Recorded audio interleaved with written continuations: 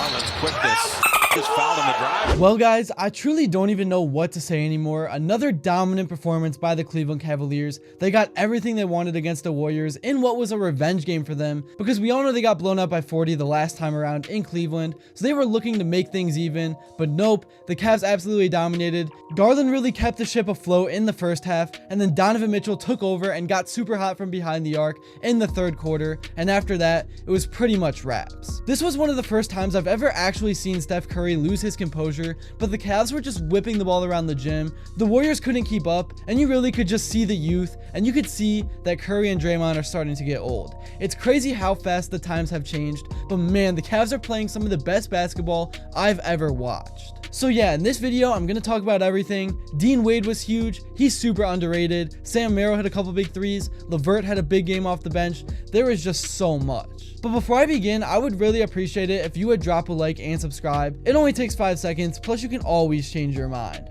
We are on the road to 40,000 subscribers, and with your support, I believe that we can get there super fast. Alright, so the Cavs won 113-95. Darius Garland led the way in the scoring department with 25 points, and he also had 3 rebounds and 8 assists as well, and 2 steals on defense. I feel like every time I look at Garland's stat line, he has a few steals. Very underrated part of his game. He's been reading passing lanes very well. Donovan Mitchell was right behind. He had 23 points and 3 rebounds and 4 assists. And again, as I talk about all the time, the reason that the individual stats are down is because Kenny Atkinson doesn't have these guys playing heavy minutes. They're able to still be dominant. I think everyone in this game played below 30 minutes. That is a coaching masterclass by Atkinson, and that is going to have everyone ready to go tomorrow night against the Lakers. Kenny just has a really good feel for things on a game-to-game basis. Anytime there is a back-to-back, he gives the guys a lighter load in terms of minutes, and it has been paying off big time, and I think it will in terms of the long haul too, as the Cavs get into the winter months of the season where you have to really just grind it out. Dean Wade had the only double-double in this game with 10 points and 13 rebounds.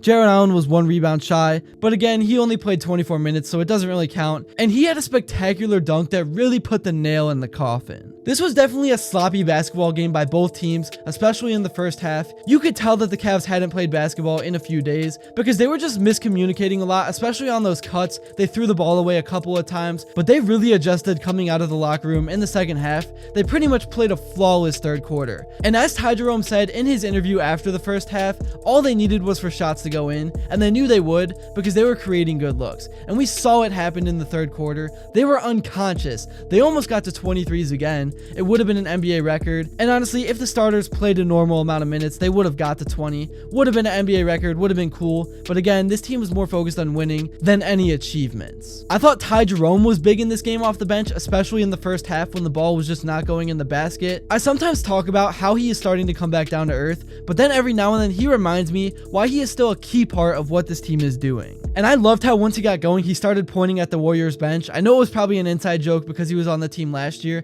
but I love smack talk so much. That is why I love George Niang. I know sometimes he sucks, but when he gets going, he's such a fun player, and he loves to get chippy. Like that screen he set on Draymond Green that knocked him over, and then Draymond ended up pulling him to the ground, that absolutely fired me up. Max Strus played 18 minutes. He only had 3 points, but he had 4 rebounds. He's still kind of just getting going. He was unable to find any sort of rhythm, but he did hit a big 3 that kind of got the momentum back in the Cavs' favor. This was a down game for Evan Mobley offensively. He had 7 points and 7 rebounds, but he did have 2 blocks, and I don't want to be one to blame the refs, but there were a few calls that were definitely questionable to me, especially early on, that one with the screen on Dennis Schroeder. I don't know how that was a foul on Mobley. He kind of just walked into it and Schroeder initiated all the contact, but it is what it is. Kenny Atkinson did challenge one block and got it overturned. He kind of grazed the guy's hand, so it was 50-50, but I did think the ball definitely could have rolled his way a little bit more. But as I always say with the Cavs depth, when somebody has a bad game, other guys step up. And today it really was the bench. I thought Merrill, Jerome, and LeVert were the main reason the Cavs won this game, outside of Donovan Mitchell catching fire in the third quarter for those 2 minutes where he had like 9 unanswered points. I really am starting to regret some of the things I said at the beginning of the season about Darius Garland, because he really has stepped up and has been a leader for this team. Now don't get me wrong, he was bad last year, there is no denying that, but I just completely forgot about the fact that he was injured and he couldn't eat food. Everything he did was through a straw, and because of that, he lost 20 pounds and just wasn't himself. But now he has completely bounced back. He's found his touch again. Man, he is playing with such a poise. He doesn't get fazed by anything. He's been taking care of the ball a lot better, and he really just makes plays for himself and the team. Everything really is starting to come together for this basketball team, and And we have to remember, right now Isaac Okoro is out. This was probably the Cavs' best defensive game of the year. I know the Warriors were missing some easy bunnies and Curry wasn't hitting his shots, but doing all this without Okoro really just shows how scrappy this team can be. I think LeVert is super underrated defensively. I think he's a top 10 defender in the league. Maybe that's a stretch, but he has just been that good. But yeah, once we get Okoro back, that is going to add a whole nother dynamic to this defense, and it's going to make things really tough for opposing guard. I don't really have much more to say. I could ramble on about this team for days if you know me, man. I am just a diehard fan.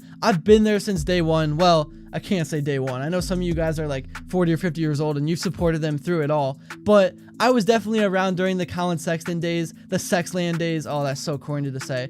I was around through the whole entire rebuild and I was making videos almost every single day. So it is so great to see all the hard work and dedication the front office put into building this team come to fruition. Here's what some of the players and Kenny Atkinson had to say following this dominant win over the Warriors. Kenny, you mentioned a couple times that you guys didn't play a good game tonight, and yet here you are winning by nearly 20 again. What does that say about this team? Yeah, when you're not playing your top level basketball, we were missing shots, and the offense looked really clunky. And yeah, that's kind of the feedback we want. We talked about it this morning, right? Like can you win these games when everything's not clicking? And so that was great feedback against a very good team. I mean, the biggest thing is just playing through physicality. We know that that's just their DNA, physical. They're a tough team. So for us, just being able to play through, we haven't played against that physicality much this season. So it's taken a little bit to adjust. But we guarded, we defended, regardless of us having offensively trying to figure it out. In the third quarter, trying to just punch first. They're a good third quarter team, and for us, just being able to hit first and then go from there.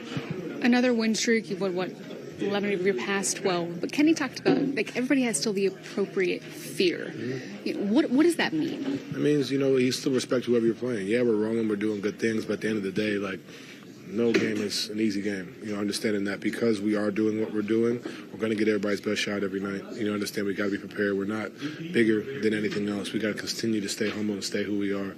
I understand that this is, I'm always like this with y'all, but it's still December. We still got time to get better, figure things out. We're not perfect by far. So I think the biggest thing is having appropriate fear for each team, having appropriate respect, and understanding that just because we get to big leads doesn't mean the game's over with. Just continue to play and build our habits and do what we've been doing. That's really all I got for this video. Thank you all so much if you made it to this point, and if you enjoyed and haven't yet, please be sure to drop a like and subscribe because your support truly does mean the world. And also, let me know what you would like to see next, and until then, I will see you all later.